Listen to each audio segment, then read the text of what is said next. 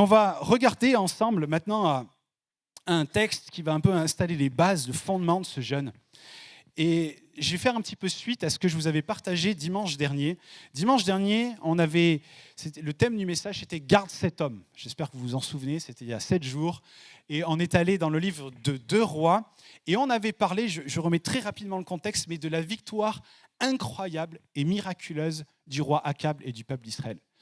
Vous vous souvenez, il y avait Ben-Hadad, le roi de Syrie, qui était venu pour conquérir la Samarie. Et il n'y avait aucune chance qu'il s'en sorte. Mettez pas tout de suite le verset, mettez pas, écoutez-moi. Et à ce moment-là, Dieu a opéré une délivrance incroyable pour le peuple d'Israël, mais il avait demandé une seule chose à Akab, il avait dit « tu dévoueras le peuple de Syrie par interdit ». C'est-à-dire de tuer tout le monde, de tuer le roi, de laisser personne en vie. Et alors que Dieu a donné cette victoire à Akab à 2 reprises, une victoire qui était totale, eh bien, Akab va laisser le roi Ben-Hadad en vie. Et plus que le laisser en vie, il va faire alliance avec lui. Alors qu'il n'y avait aucune raison pour lui de faire alliance, la victoire avait été totale. Et vous savez, lorsque Dieu nous demande quelque chose, c'est toujours pour notre bien. La volonté de Dieu, elle est bonne pour nous, elle est bonne pour nos vies. Mais lorsqu'on désobéit, on ne tarde pas à subir la conséquence de nos choix. On ne subit pas la colère d'un Dieu qui est méchant, qui est mauvais, mais on subit la conséquence de nos choix et on réalise en fait pourquoi Dieu nous avait demandé autrement. Et ce roi Ben-Hadad, qui avait été laissé en vie par Akab, va revenir sur le devant de la scène un peu plus tard dans le livre de 2 Rois. Et à ce moment-là, Akab est mort, il n'est plus de ce monde, mais par contre la conséquence de sa désobéissance, elle est toujours là, puisque Ben-Hadad, il est toujours en vie. Et Ben-Hadad va à nouveau assiéger la ville de Samarie et il va en verrouiller tous les accès. Ça veut dire quoi ? Ça veut dire que la ville était complètement encerclée, Israël était coupé du monde, il n'y avait plus aucun commerce possible, il n'y avait plus aucun accès à la nourriture, les rations étaient épuisées et ils se trouvaient dans une situation désespérée. Les gens n'avaient plus rien à manger. Et ces gens qui étaient si désespérés, si affamés, ils se sont retrouvés à manger des choses qu'en temps normal, ils n'auraient jamais mangées, que jamais ils n'auraient consommées et pour lesquelles maintenant ils se battaient. Et on va lire maintenant 2 Rois 6, versets 24 à 25, et écoutez bien ce qu'il dit. Parce que mes amis, nous ne savons pas ce que c'est avoir faim. Mais vous allez voir que ces gens-là avaient faim. Il nous est dit, après cela, Ben-Hadad, roi de Syrie, ayant rassemblé toute son armée, monta et assiégea Samarie. Il y eut une grande famine dans la ville. Le siège fut si long qu'une tête d'âne valait 80 pièces d'argent et le quart de litre de fiente de pigeon, 5 pièces d'argent. Qui mangerait de la fiente de pigeon ici ? Personne. Les habitants de cette ville, ils étaient si affamés, j'aimerais vraiment qu'on réalise cela, que pour 80 pièces d'argent, ils s'achetaient une tête d'âne. 80 pièces d'argent, c'est 1,2 kg d'argent. J'ai fait un petit ratio en euros, on est à 2800 €. Ça veut dire quoi ? Ça veut dire que des gens étaient prêts à dépenser 2800 € pour une tête d'âne. Et cette tête d'âne, ils enlevaient la peau, ils la faisaient cuire et ils mangeaient tout ce qui était possible dessus. Les gens étaient si affamés que pour 5 pièces d'argent, on pouvait acheter une coupe de fiente de pigeon. Réalisez cela. Vous savez, lorsqu'on a faim et qu'on ne consomme pas les aliments appropriés pour apaiser notre faim, on finit par se nourrir de choses qu'on n'aurait jamais cru pouvoir manger. Ça veut dire quoi ? Ça veut dire que si on ne dirige pas notre faim et notre soif spirituelle vers des réalités spirituelles, si on ne les dirige pas vers Dieu, vers sa parole, vers l'adoration, vers une relation plus profonde avec Jésus, alors cette faim et cette soif nous mèneront vers des mauvaises voies. Elle vous amènera à manger, excusez-moi ce terme, mais c'est la Bible, la fiente de ce monde. La fiente à laquelle votre chair soupire. Et on essaye très souvent, désespérément, en fait, de combler ce que Dieu seul peut combler. Avec nos désirs charnels, avec nos divertissements, avec nos occupations, avec nos distractions. On se lance dans des projets à tue-tête, on voyage, on achète, on se divertit, on se noie dans le travail.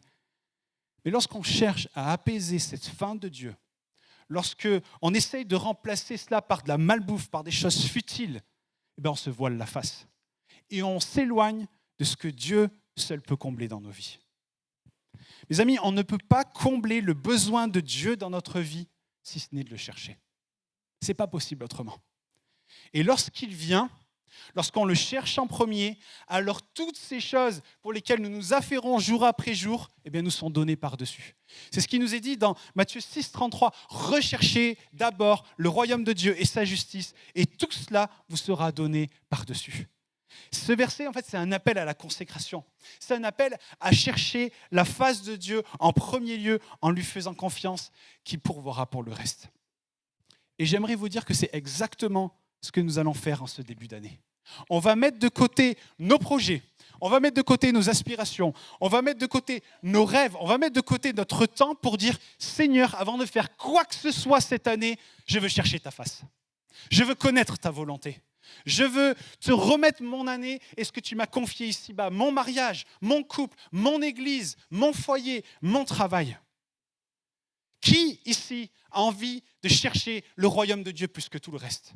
Tout le temps, on est là à aller à droite, à gauche et à s'affairer à ce qui nous tient à cœur. Mais qu'est-ce qui tient à cœur dans votre vie ? Qu'est-ce qu'il y a dans le cœur de Dieu pour votre vie ? Comment pouvons-nous connaître cela si on n'est pas là à le chercher ? On voit que pendant le siège de la ville de Samarie, il y avait dans cette ville un prophète qui s'appelait Élisée. Élisée, il est à l'intérieur de la ville, à subir les mêmes choses que tous ces gens. Et dans 2 Rois 7, au verset 1, il va faire une déclaration que les gens n'arrivaient pas à croire. Il va dire, demain à la même heure, on ne paiera qu'une pièce d'argent pour 12 kilos de farine au marché de Samarie. Imaginez ce que les gens ont dû penser. Cette prophétie, elle paraissait impensable à réaliser lorsqu'on pense au prix que se vendait une tête d'âne pour 80 pièces d'argent. Et là, on voit que, en fait, il annonce que pour une pièce d'argent, pour acheter 12 kilos de farine. Ça paraissait impensable. Mais les voies de Dieu nous dépassent. Et vous allez voir en quoi elles nous dépassent. Je sais que vous êtes peut-être un peu perdus, mais je sais exactement où je vais. Restez avec moi, vous allez voir, tout va prendre sens. On voit dans ce chapitre 7 qu'il y avait à l'entrée de la ville 4 lépreux.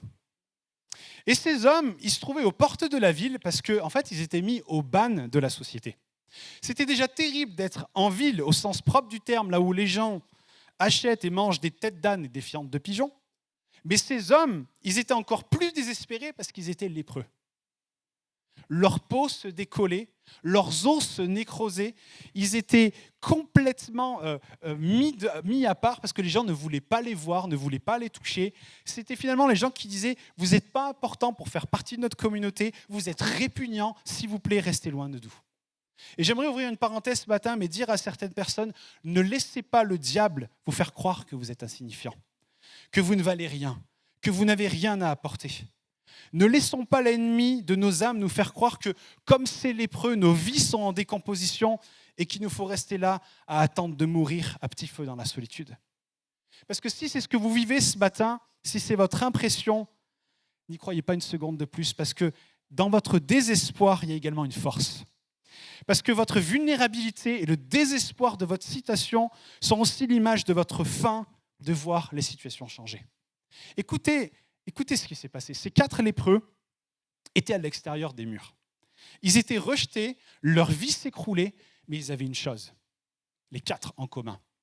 Ils avaient faim. Mais ils avaient faim. Ils avaient vraiment faim. Et ils avaient si faim qu'ils se sont dit, c'est plus possible, on ne peut pas rester comme ça, on ne va pas rester ici à attendre la mort. Et il nous est dit au verset 4, écoutez, ils disent, si nous décidons d'entrer dans la ville, nous y mourrons parce qu'on n'y trouve plus rien à manger. Si on reste ici, nous y mourrons également. Descendons plutôt au camp des Syriens et rendons-nous à eux. Et s'ils nous laissent vivre, tant mieux, nous vivrons. Et s'ils nous feront mourir, eh bien nous mourrons. Vous savez, la seule chose qui nous fera sortir de notre zone de confort, de notre complaisance, de nos limitations pour nous amener à faire ce que seul Dieu peut faire en nous, pour nous, et c'est ce que le Seigneur m'a mis à cœur de vous dire ce matin, la seule chose qui vous y conduira, c'est la faim. La faim. Est-ce qu'on a faim de voir Dieu agir? La seule chose qui les a incités à se mettre en route vers leur destinée et vers des jours meilleurs, c'était la faim. La faim vous animera, la faim vous poussera. Et le jeûne, c'est avoir faim de Dieu. Alors qu'ils étaient là, à se morfondre sur leur situation de mort et de désolation, il y en a un qui a dit aux autres, en fait, mais moi je ne peux pas rester là. Je ne peux pas revivre une année comme celle-ci. On est en train de mourir, mais pourquoi en fait on reste là à attendre la mort? Et écoutez leur raisonnement à nouveau. Ces hommes, c'était des flèches, c'était des vrais énarques. Écoutez, descendons plutôt au camp des Syriens et rendons-nous à eux. S'ils nous laissent vivre, tant mieux, on vit. S'ils nous font mourir, eh bien, on meurt. Tu parles d'une logique à tomber par terre. Mais il disait en d'autres termes, pourquoi rester là à attendre la mort? La faim les rongeait et ils commençaient à se dire, en fait, il doit y avoir plus. Et c'est cette faim qui a commencé à les pousser vers le plan, vers le but et le miracle que Dieu avait en réserve pour eux, ainsi que pour tous les gens de cette ville. Parce qu'on ne va pas le lire, mais dans la suite de cette histoire, lorsqu'ils sont sortis, en fait, Dieu avait accompli un miracle incroyable. Il y avait un bruit de grandes armées qui s'était fait entendre, et les Syriens, ils ont eu tellement peur qu'ils ont laissé toutes leurs affaires et ils ont fui. Ça veut dire quoi? Ça veut dire qu'il y avait toute une ville qui était en train de mourir de faim, par peur de sortir, d'affronter les Syriens, alors que les Syriens n'étaient pas là. Peut-être que certains d'entre vous, vous êtes là à patienter en attendant la mort dans vos situations, remplies de peur et de crainte de choses qui ne sont même pas, qui ne sont plus. Peut-être de choses dans lesquelles Dieu dit, mais laisse-moi simplement agir et tu verras ce que je vais faire. Et c'est cette faim qui a commencé à les pousser vers le plan de Dieu. Est-ce qu'on a faim ce matin? Est-ce qu'on a faim de Dieu? Est-ce qu'on a faim de voir Dieu agir dans nos couples? Est-ce qu'on a faim de voir Dieu agir dans la vie de nos enfants, dans la vie de nos petits-enfants? Est-ce qu'on a faim de voir Dieu agir dans cette église? Parce qu'il y a une différence fondamentale entre dire « Ah, mais moi j'attends que le Seigneur agisse, je veux voir notre église vivre des choses fortes, je veux voir un réveil. » Vous pouvez attendre, mais la vie dira, hein. Il ne se passera rien. S'il ne se passe rien dans nos vies et que cette faim, elle ne se manifeste pas. Je sais et je crois de tout mon cœur que Dieu accomplit de grandes choses pour les gens qui ont faim de lui, qui jeûnent et qui prient. Et le jeûne, encore une fois, c'est la faim de Dieu. Vous êtes avec moi là? Est-ce qu'on a faim? Est-ce qu'on a faim de voir Dieu agir? Est-ce que vous n'êtes pas désespéré de voir peut-être la relation que vous avez avec vos enfants? De voir vos enfants qui ont abandonné le Seigneur, qui renient le nom de Jésus? Est-ce qu'on n'a pas faim de voir Dieu transformer nos vies, nous délivrer de nos addictions? Peut-être pour les fumeurs au milieu de nous, ceux qui ont des problèmes avec la pornographie, avec la masturbation, ceux qui ont des problèmes avec l'alcool, ceux qui ont des problèmes avec votre caractère, vous êtes plein de colère, vous êtes plein de ressentiment, de jalousie, vous avez des problèmes d'identité, vous vous victimisez tout le temps, et c'est comme ça depuis 10 ans, 15 ans, 20 ans. Est-ce qu'on a faim de voir Dieu agir?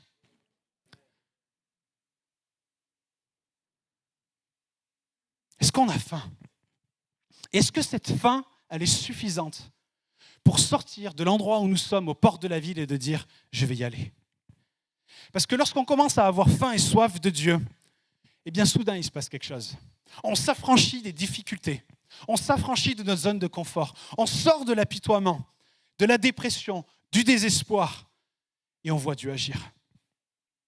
Et écoutez bien ce qui s'est passé. Alors que la situation dans la ville empirait, au point, excusez-moi, c'est trash ce que je vais vous dire, mais c'est ce qui est marqué dans la Bible, au point que des femmes se disaient l'une à l'autre, « Aujourd'hui, nous mangeons ton fils, demain, nous mangerons le mien. » C'était ce degré de désespoir, mais des fois, on est dans un désespoir similaire dans nos vies, dans nos familles.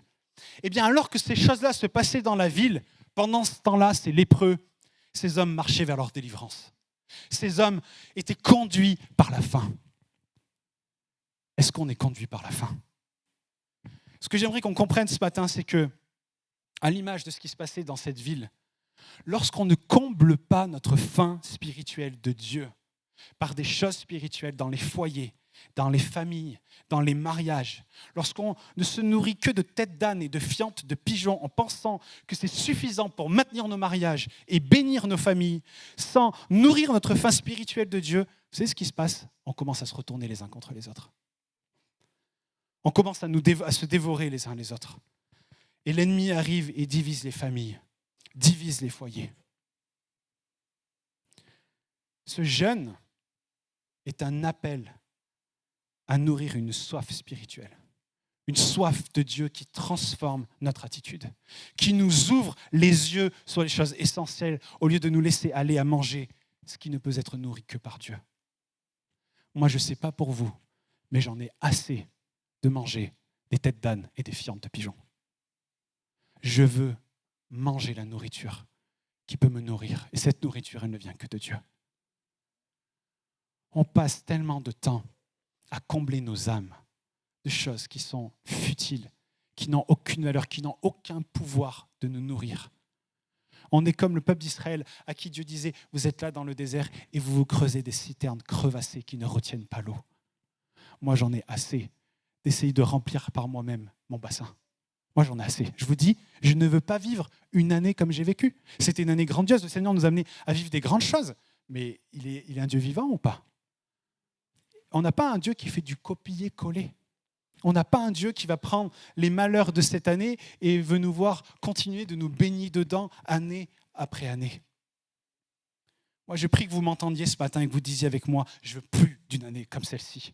Je ne veux plus vivre en mettant Dieu au 2e, au 3e, au 5e plan.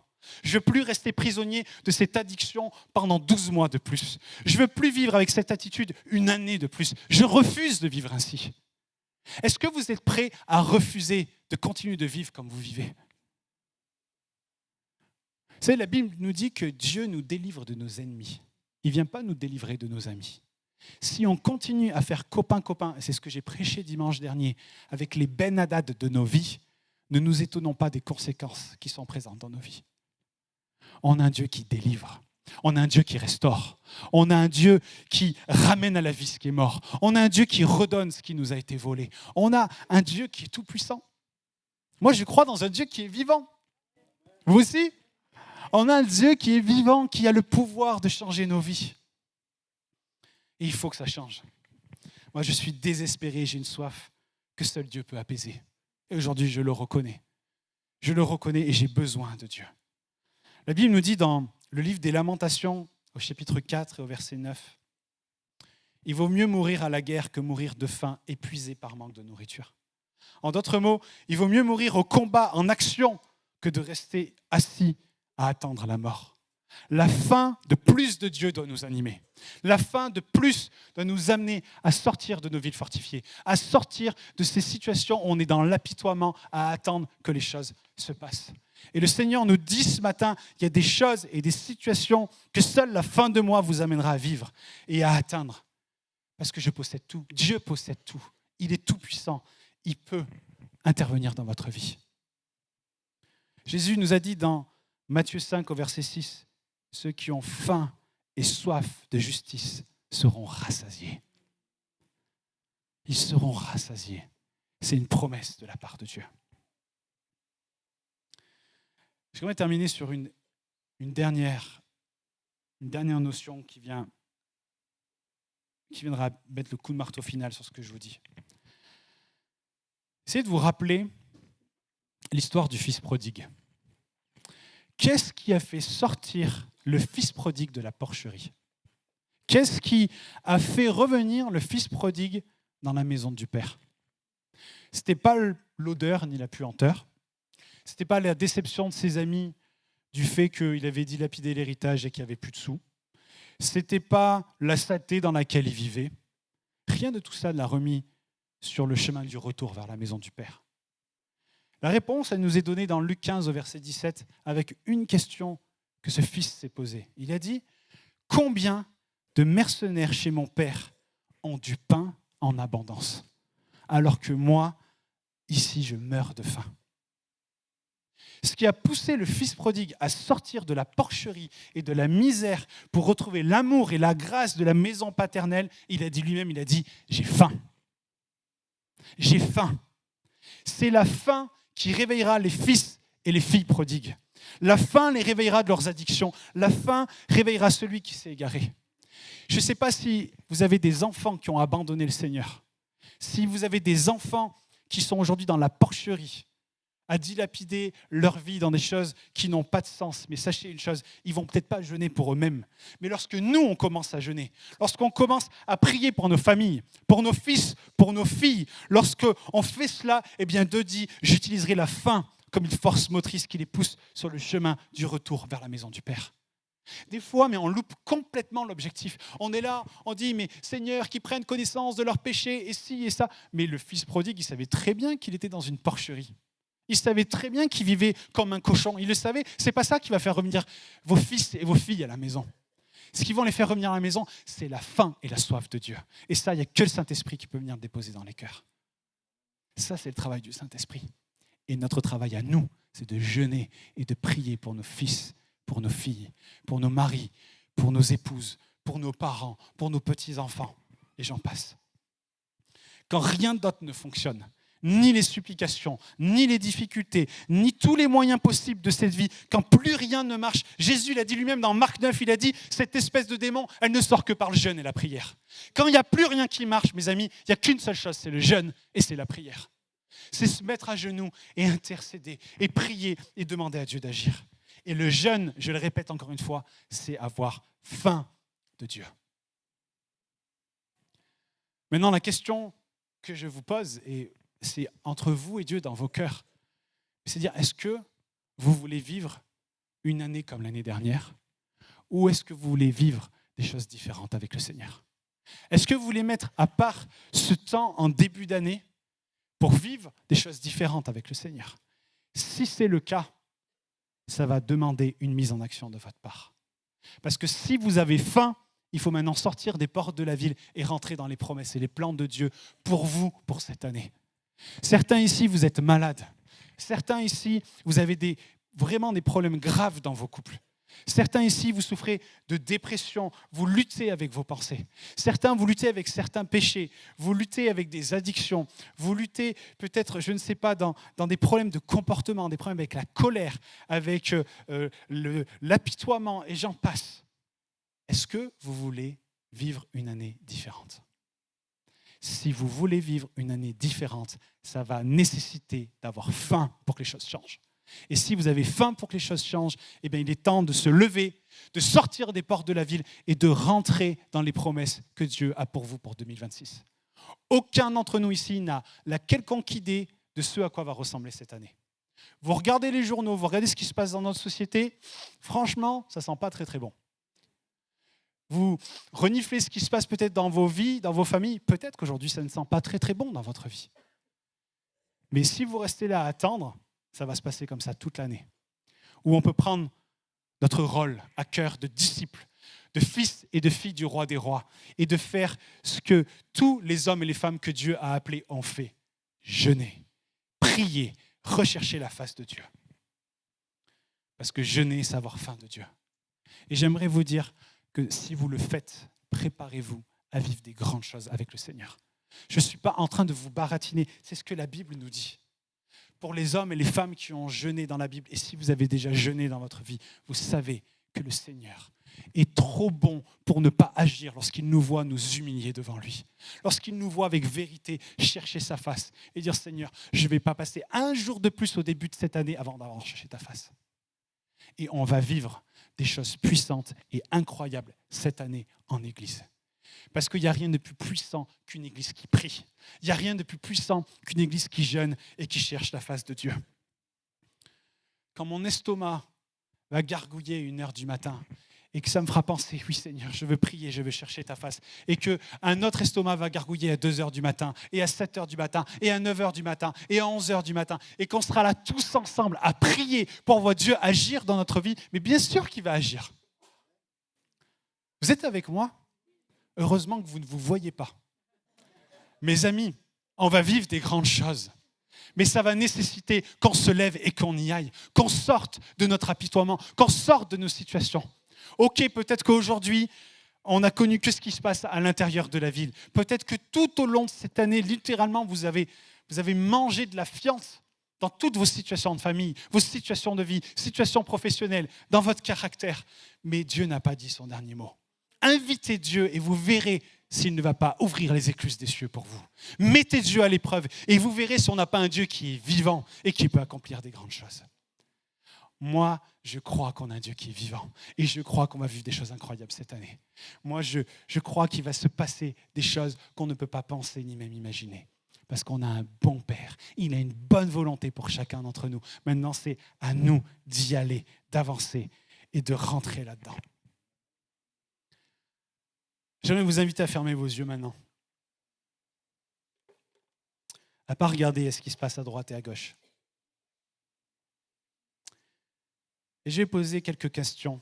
Et je vous invite à y répondre dans votre cœur devant le Seigneur. Et on priera ensemble ensuite.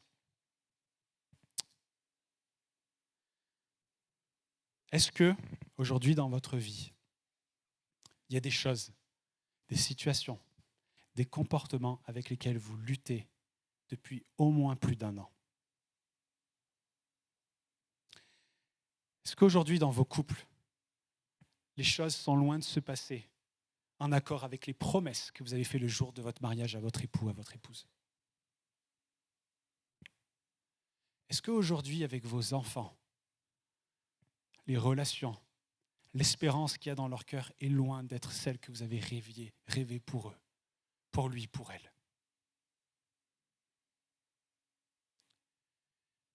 Est-ce qu'aujourd'hui, la relation que vous avez avec Dieu vous paraît ennuyante? Vous paraît être basée sur juste un système de religion où vous faites parce que vous devez faire? Est-ce que la relation que vous avez avec Dieu est devenue morte? Est-ce que vous êtes loin des engagements que vous avez pris le jour de votre baptême?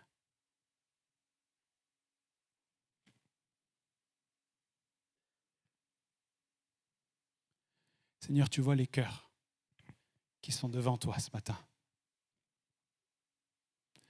Tu dis dans ta parole que c'est ton esprit qui nous convainc de péché, de justice et de jugement. Je te prie vraiment que tu viennes mettre en lumière nos cœurs et nos vies. Que tu viennes rehausser l'espérance qui est la nôtre si on est tombé tellement bas qu'en fait on se contente de ce qu'on a et on essaye d'être content à propos de ça. Vraiment, Saint-Esprit, je te prie que tu visites chacun des cœurs maintenant. Je te prie vraiment que tu viennes faire ce que toi seul peux faire. Déposer une conviction, déposer une nouvelle faim, déposer une nouvelle soif, déposer un nouvel élan de foi pour vivre une année différente. Si ce matin, devant le Seigneur, vous voulez prendre cet engagement en ce début d'année, de vous mettre à part pendant ces 21 jours, et attendez. Et quand je parle de ces 21 jours, je vous parle du jeûne, mais ne vous excluez pas de cela si vous dites, mais je ne peux pas, il y a ça, si je ne mange pas, je ne vais être pas bien. On va vous proposer plein de choses après. Je vous parle juste de vous mettre à part pour le Seigneur.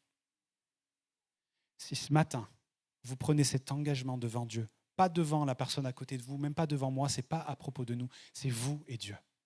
Si vous prenez ce matin cet engagement avec le Seigneur de dire « je ne veux pas passer une année de plus », si vous avez répondu oui à n'importe laquelle des questions que je vous ai posées, c'est que vous en avez besoin.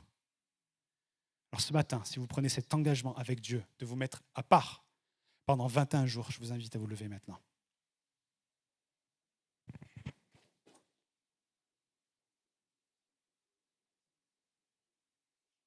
Amen. Merci Jésus.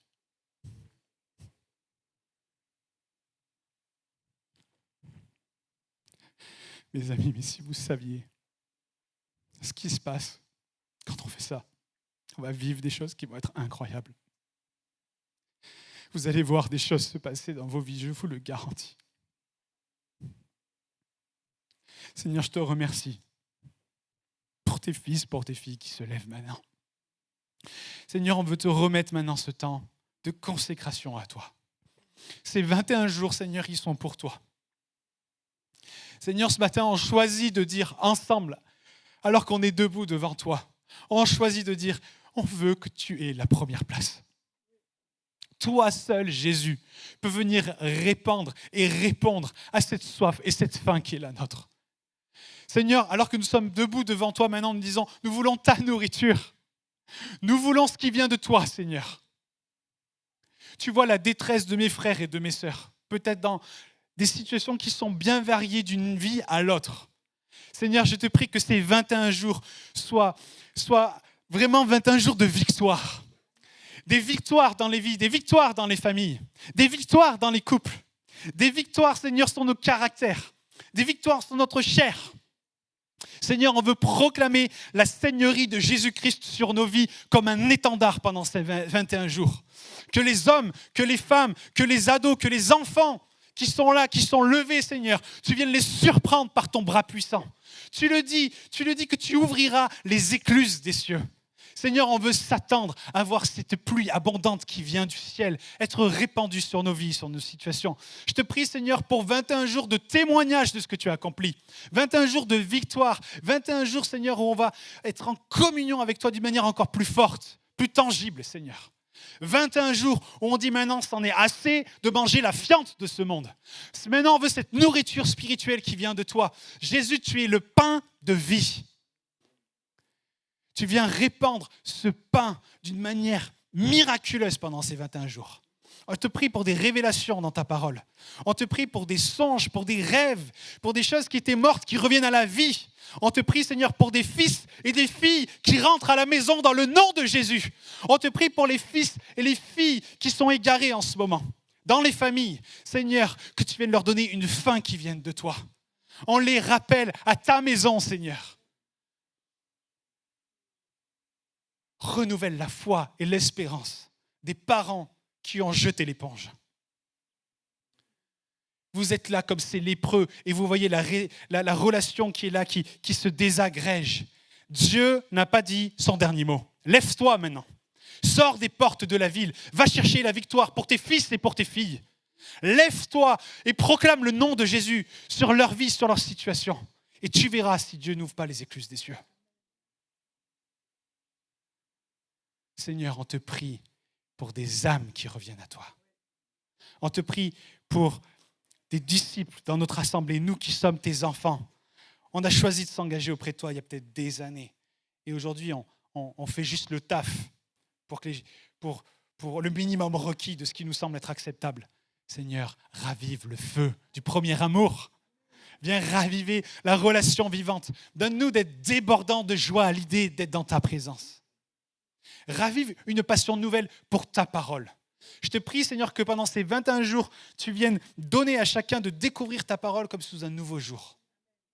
Donne à chacun de découvrir ce que peut être un temps de louange avec toi. D'ouvrir nos bouches dans nos chambres, dans nos bureaux, dans nos voitures. Et d'élever le nom de Jésus. Et sentir ta douce présence. Seigneur, je te prie que tu fasses de nous, en 2026, des hommes et des femmes qui marchent par l'Esprit de Dieu, conduits par le vent de l'Esprit de Dieu. Pas une marche selon la chair, une marche selon l'Esprit de Dieu. Alors je te prie que tu nous donnes maintenant la force et la détermination, Seigneur. Ça va être 21 jours qui vont être difficiles, mes amis, dans votre chair, dans votre corps. Vous allez peut-être, comme je vous le disais, dire « mais à quoi bon ?» Mais c'est à ce moment-là que le Seigneur va agir. Seigneur, je te prie que tu fasses peut-être maintenant une détermination, un choix qui est pris devant toi, un engagement, une discipline dans la vie de mes frères et de mes sœurs pour vivre ces 21 jours de jeûne avec toi. Vraiment, Seigneur, nous te remettons ces 21 jours. Nous les plaçons entre tes mains et nous disons non pas ce que nous voulons, mais ce que toi tu veux, Seigneur. Dans le nom puissant de Jésus, si vous êtes d'accord avec moi, je vous invite à dire Amen. Amen, amen, amen.